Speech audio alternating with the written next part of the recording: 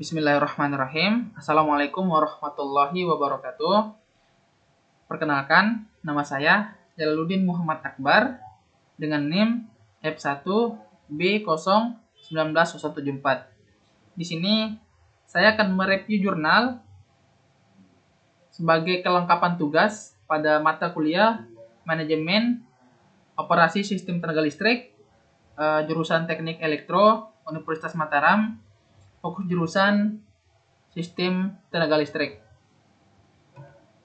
Nah, di sini jurnal yang akan saya review adalah jurnal dengan judul Analisis Pengaruh Arus Eksitasi pada Generator Sinkron terhadap Pembebanan di PLTA Wulingi PT PJB UP Brantas.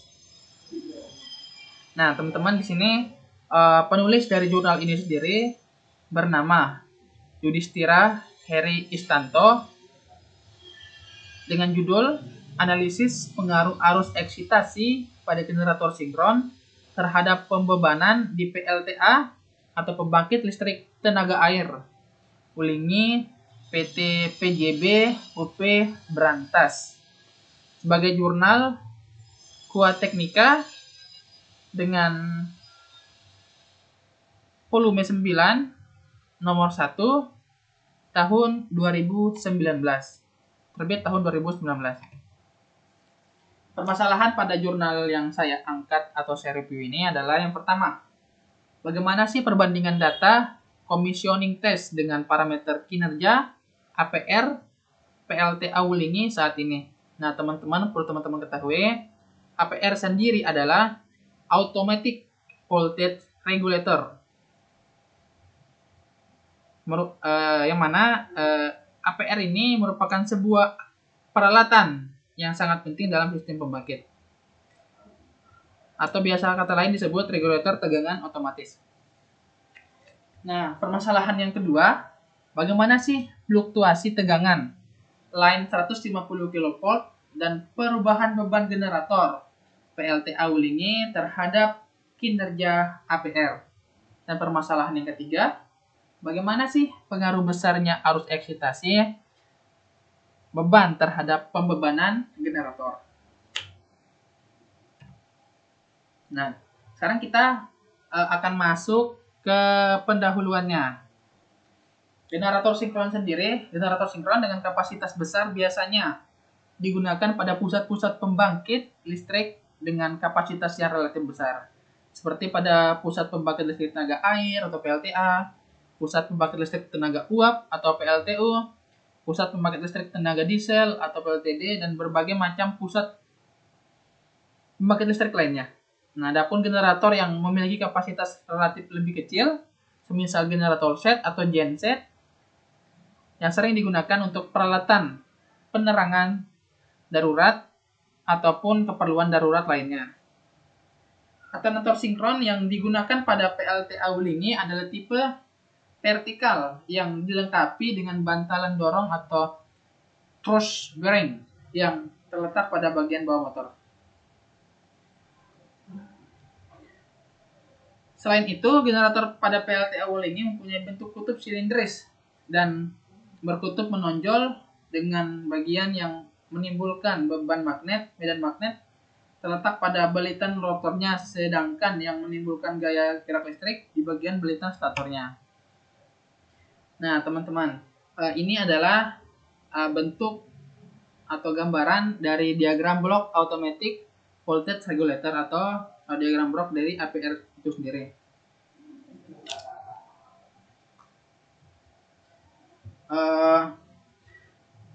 APR itu sendiri adalah automatic voltage regulator atau biasa disebut dengan regulator tegangan otomatis, di mana dia merupakan sebuah peralatan yang sangat penting dalam sistem pembangkit. Peralatan APR ini biasanya digunakan untuk menjaga agar tegangan output generator tetap berada pada nilai nominalnya, meskipun terjadi perubahan beban. Tegangan tersebut disesuaikan dengan tegangan ketika proses sinkronisasi dengan tegangan paralel. APR sendiri tidak langsung mengontrol dengan output generator. APR sendiri Sekali lagi, APR sendiri tidak langsung mengontrol tegangan output generator, tetapi automatic voltage regulator ini akan mengontrol sistem eksitasi pada generator. Hal ini karena jika terjadi nilai beban yang kecil, maka putaran generator juga akan meningkat, sehingga tegangan juga tak terkendali. Sistem eksitasi akan bekerja dengan mengurangi arus eksitasi yang disuplai ke kumparan, medan, dan governor sebagai brake semu pada generator sinkron. Ketika beban meningkat, APR akan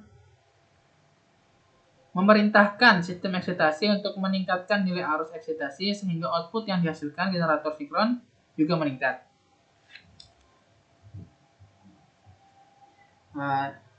Jadi tadi adalah penjelasan singkat dari diagram blok automatic voltage regulator.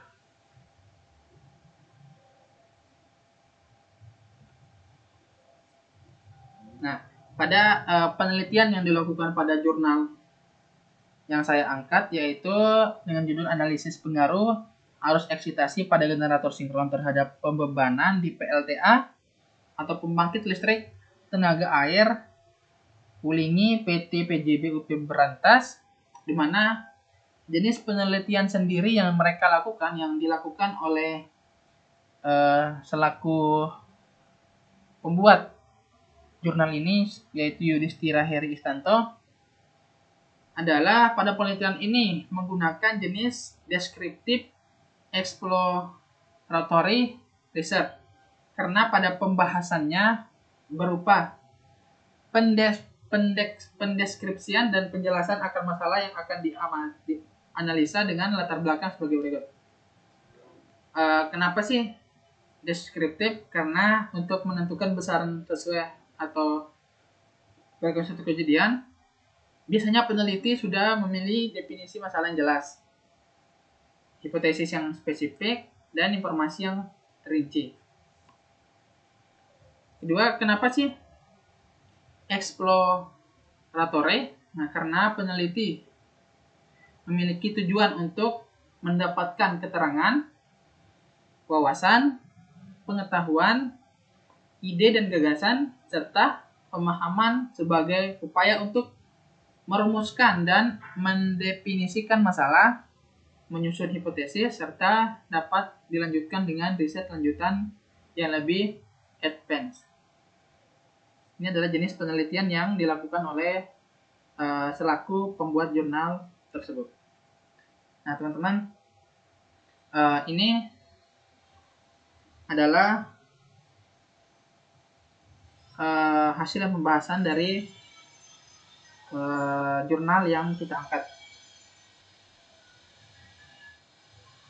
Ini adalah gambar capability kurva.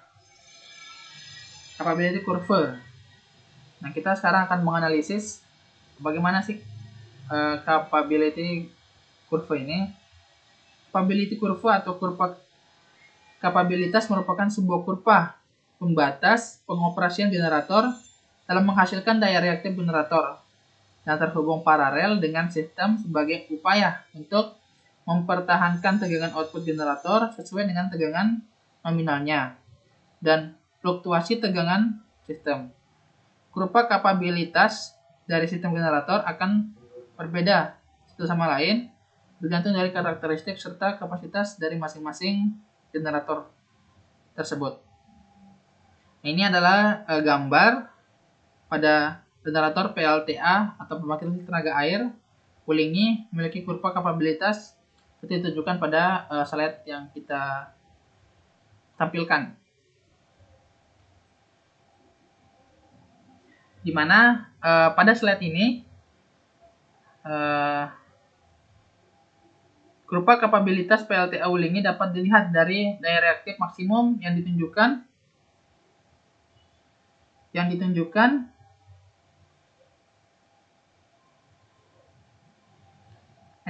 diizinkan sebesar 15 MPAR sebagai laggingnya dan 18 MPAR sebagai leadingnya. Hal tersebut berarti pada generator PLTA Wuling ini hanya diizinkan untuk mensuplai daya reaktif ke sistem maksimal sebesar 15 MPAR untuk menjaga tegangan output generator tetap dalam besaran nominalnya. Dapat dikatakan pada kondisi ini generator dalam keadaan kapasitif untuk medan atau arus eksitasi generator harus dinaikkan melalui kontrol voltage regulator. Penambahan arus eksitasi pada generator harus sesuai dengan memperhatikan batasan maksimal nilai daya reaktif yang diizinkan.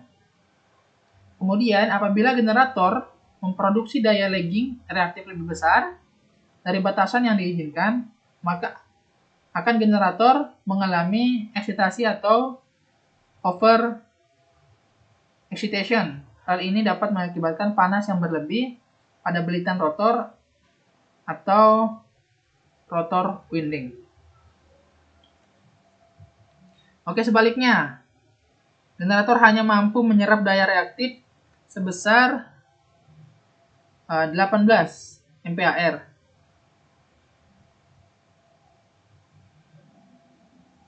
Dari sistem untuk menjaga tegangan keluaran generator tetap pada besaran nominalnya.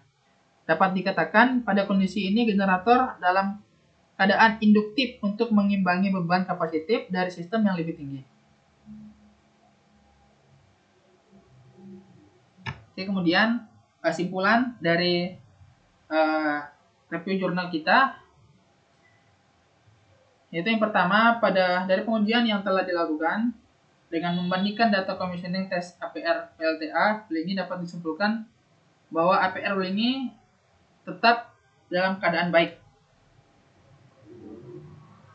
Kemudian semakin rendah tegangan sistem mengakibatkan tegangan generator turun sehingga APR harus mensuplai arus eksitasi yang lebih tinggi.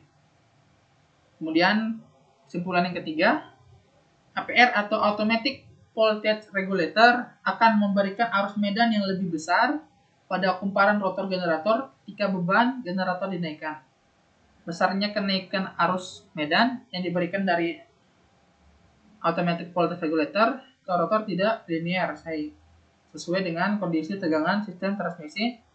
Tegangan terminal yang dibangkitkan oleh generator akan berbanding lurus dengan besarnya geger induksi pada kumparan medan. Mungkin sekian penjelasan atau review jurnal dari saya. Lebih kurangnya saya mohon maaf karena kekurangan ilmu dari kami. Semoga di kemudian hari kami dapat mempelajari dengan lebih paham dan membagikan ilmu agar ilmu ini lebih bermanfaat untuk diri kami pribadi dan untuk teman-teman sekitar, untuk orang-orang sekitar, dan untuk digunakan pada dunia kerja di kemudian hari. Mungkin sekian yang dapat saya sampaikan. Lebih kurangnya saya mohon maaf. Assalamualaikum warahmatullahi wabarakatuh.